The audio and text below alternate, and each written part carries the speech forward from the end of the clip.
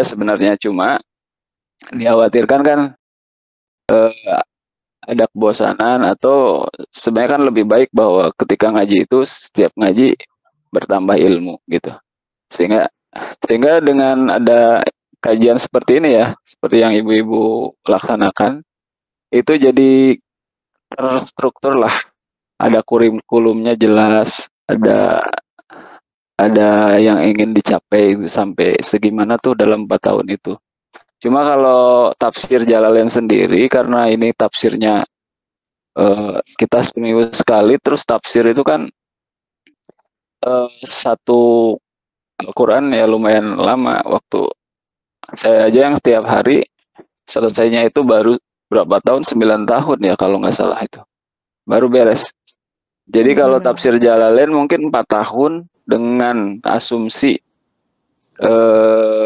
dalam 4 tahun itu kita menjalaninya setiap minggu, ya mungkin dalam 4 tahun tuh selesai surat Baqarah kayaknya sih gitu.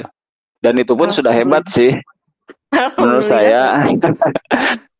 Itu kalau surat Baqarah aja selesai, itu kan banyak mufrodat tuh, banyak ketemu mufrodat, dan selanjutnya itu insya Allah sih lancar lah untuk menerjemahkan atau untuk membaca referensi-referensi tafsir yang lainnya gitu selain tafsir Jalalain.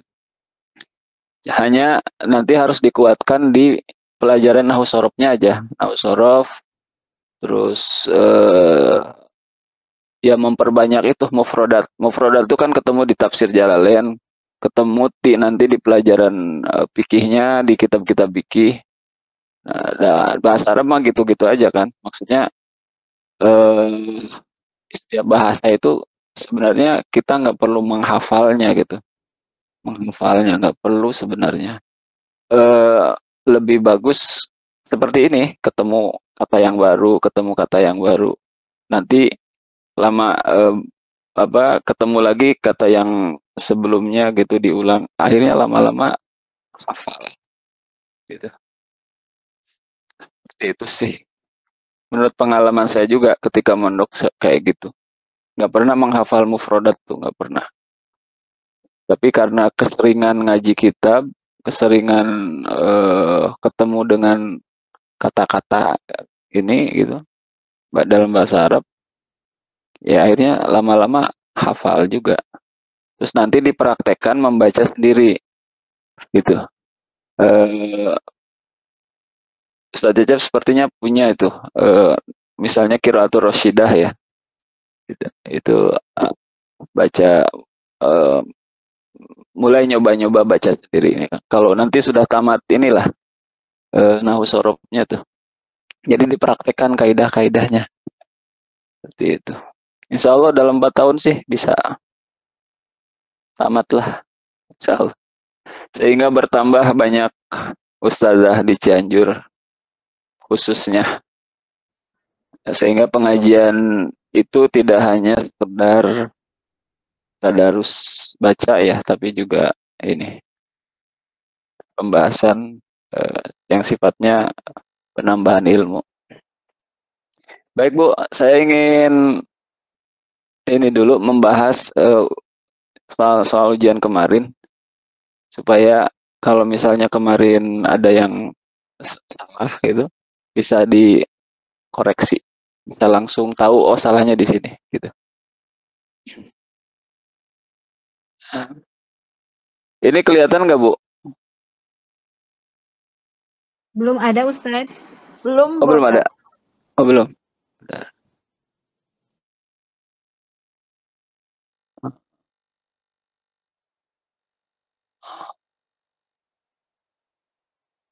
Oh, bentar.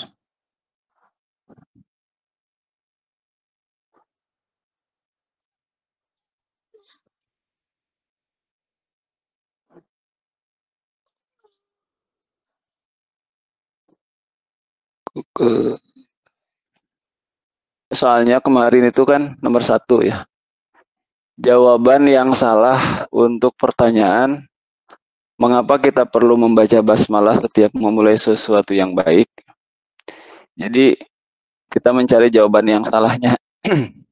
Kalau kita lihat pilihan pertama ini kan benar ya, karena Allah memberi contoh dengan mengawali susunan Al-Quran dengan basmalah, itu kan jawaban yang betul.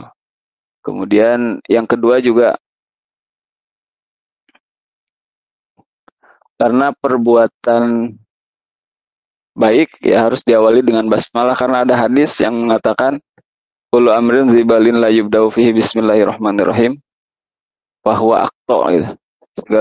Segala perbuatan yang segala perbuatan baik yang tidak dimulai dengan basmalah, maka perbuatan baik itu kehilangan keberkahannya.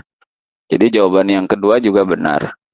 Kemudian membaca bismillah itu saat mengawali perbuatan baik merupakan azab ya. Adab yang diajarkan Nabi SAW. Ini juga betul. Karena Nabi banyak hadis yang menyuruh kita itu membaca misalnya ketika mau makan ya, Nabi mengatakan kul, makanlah, samillah dengan menyebut nama Allah, wakul, dan makanlah biyaminika dengan tangan kanan. Itu kan adab ya di dalam ketika makan dan memulai dengan bismillah gitu.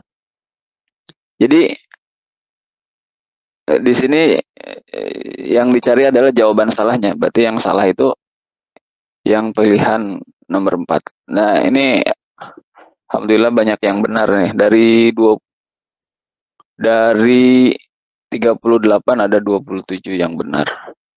Kemudian ini juga banyak yang salah kalau ini. Siapa pengarang tafsir Jalalain, Bu? Yang benar adalah Imam Jalaluddin As-Suyuti dan Imam Jalaluddin Al-Mahalli. Jadi kalau cuma satu, itu kan berarti salah. Imam Jalaluddin salah itu. Karena Jalaluddin yang mana ya? Imam Jalaluddin As-Suyuti betul pengarang kitab, tapi tidak seluruhnya, setengahnya. Imam Jalaluddin Al-Mahalli juga begitu. Sehingga semua jawaban ini salah. Jadi jawaban yang benarnya ini semua jawaban salah. Begitu, Bu. Ini banyak yang salah, banyak yang terjebak. Memang soalnya ini agak jebakan nih sedikit. Kalau tidak kalau tidak teliti kejebak ini. Jebakan Batman, Pak Ustadz. Iya. Supaya ini, Bu, kalau kurang supaya fokusnya udah ya. Selamat tinggal. Iya. Iya. Nah, kemudian ini nah ini mah benar, banyak yang benar lah. Cuma yang ya ini kan apa artinya Ar-Rahim? Ar-Rahim itu artinya adalah Allah memberikan nikmat kepada semua orang beriman ya, di dunia dan di akhirat. Di dunia dan di akhirat.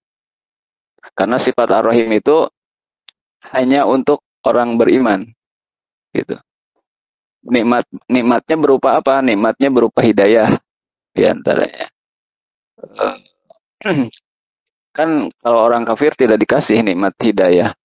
Tidak dikasih nikmat sholat, bisa beribadah kepada Allah Subhanahu wa taala gitu. Nah, sebaliknya kalau Ar-Rahman itu adalah sifat Allah di mana Allah Subhanahu wa taala memberikan nikmat itu kepada semua manusia di dunia, mau mukmin mau kafir semuanya kebagian. Misalnya kita diberi rezeki bisa makan tiap hari gitu, bisa menghirup udara segar setiap hari gitu, bisa melihat, bisa mendengar, dan seterusnya. Itu kan nikmat yang diberikan kepada semuanya tanpa melihat dia itu iman atau enggak, taat atau enggak gitu. Seperti itu. Jadi Ar-Rahim artinya adalah Allah Subhanahu wa taala memberikan nikmat kepada semua orang beriman di dunia dan di akhirat. Di dunia berupa hidayah, di akhirat berupa surga gitu. Dan bertemu dengan Allah Subhanahu wa taala secara langsung, bisa melihat dengan mata gitu. Kemudian nah ini banyak yang benar kalau ini. Ada 84% yang betul. Kemudian ini